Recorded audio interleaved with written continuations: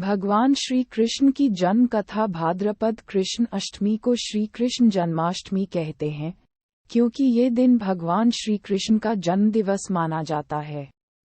इसी तिथि की घनघोर अंधेरी आधी रात को रोहिणी नक्षत्र में मथुरा के कारागार में वसुदेव की पत्नी देवकी के गर्भ से भगवान श्री कृष्ण ने जन्म लिया था। ये तिथि उसी शुभ घड़ी की याद दिलाती है और सारे देश में बड़ी धूमधाम से मनाई जाती है। जन्माष्टमी के दिन भगवान श्री कृष्ण की जन्म संबंधी कथा भी सुनते सुनाते हैं, जो इस प्रकार है। द्वापर युग में भोजवंशी राजा उग्रसेन मथुरा में राज्य करता था। उसके आत्ताई पुत्र कंस ने उसे गद्दी से उतार दिया और स्वयं मथुरा का राजा बन बैठा।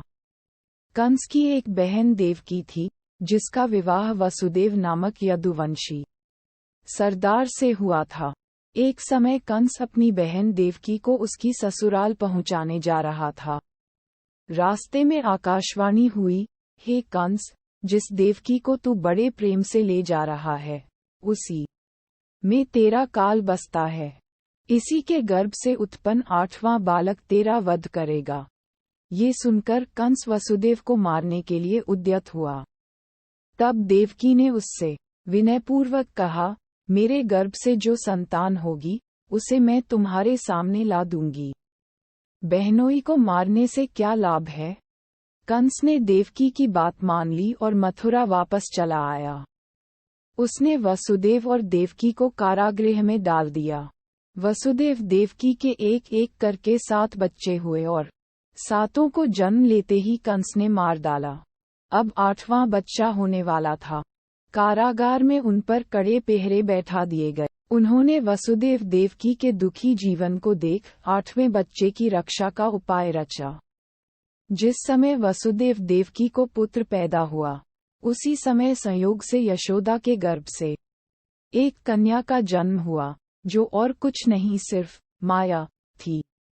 जिस कोठरी में देवकी वसुदेव कैद थे, उसमें अचानक प्रकाश हुआ और उनके सामने शंख, चक्र, गदा, पद्म धारण किए चतुर्भुज भगवान प्रकट हुए।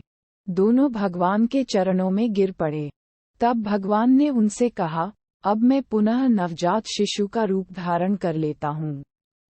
तुम मुझे इसी समय अपने मित्र नंद जी के घर वृंदावन में भेज आओ और उनके यहाँ जो कन्या जन्मी है, उसे लाकर कंस के हवाले कर दो।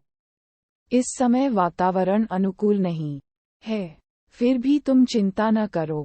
जागते हुए पहरेदार सो जाएंगे, कारागृह के फाटक अपने आप खुल जाएंगे और उफनती अथाह यमुना तुमको पार जाने का मार्ग देगी। उसी समय वसुदेव नवजात शिशु रूप श्री कृष्ण को सूप में रखकर कारागृह से निकल पड़े और अथाह यमुना को पार कर नंद जी के घर पहुँचे।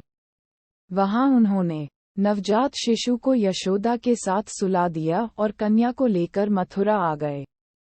कारागृह के फाटक पूर्ववत बंद हो गए।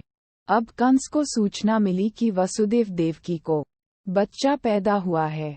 उसने बंदीगृह में जाकर देवकी के हाथ से नवजात कन्या को छीनकर पृथ्वी पर पटक देना चाहा, परंतु वह कन्या आकाश में उड़ गई और वहां से कहा, अरे मूर्ख, मुझे मारने से क्या होगा?